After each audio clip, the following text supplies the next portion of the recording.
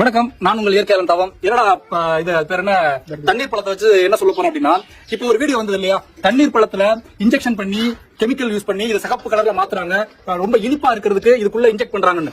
இதை இந்த டயத்துல ஏன் வந்து வெளியில விடணும் அப்படின்னா, நம்ம விவசாயிகள் செய்யக்கூடிய இந்த தர்பூசணி பழத்தை ஒழிக்கிறதுக்கு தான். ஒழிச்சிட்டு இந்த வெயில் காலங்கள்ல நம்ம பன்னாட்டு நிறுவனங்கள் விற்கக்கூடிய குளிர்பானங்களை வாங்கி குடிக்கணும் அப்படின்றதுக்கு தான். இதே நேரத்துல பன்னாட்டு நிறுவனங்கள்ல இருக்கக்கூடிய குளிர்பானங்கள்ல இந்த பூச்சிக்கொல்லி எல்லாம் கலந்துருக்கு ஏதாவது வீடியோ போடுறாங்களா? இல்ல. அப்ப இங்க ஒழிக்கப்படுறது யாரு? விவசாயிகள்.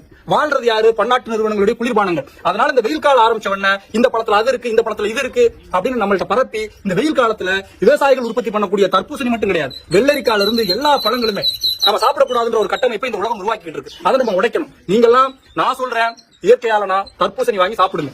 கடை ஓரங்கள் இருக்கிறது. உங்களுக்கு ஒருவேளை பயமா இருக்கு அந்த வீடியோல பார்த்தோம் அப்படின்னா ஒரு சிம்பிள் ஸ்டெப் சொல்லி தரேன். இந்த மாதிரி வெள்ளை துணி எடுத்துக்கங்க, இதுல தேய்ங்க. தேய்ச்ச உடனே இந்த மாதிரி சிவப்பு கலர்ல ஆயிடும். ஆகுதா? அப்படியே வாங்க. இது என்ன பண்ணணும்னா தண்ணியில அலசணும். தண்ணியில அலசிட்டீங்கன்னா இது உண்மையான சிவப்பு அப்படின்னா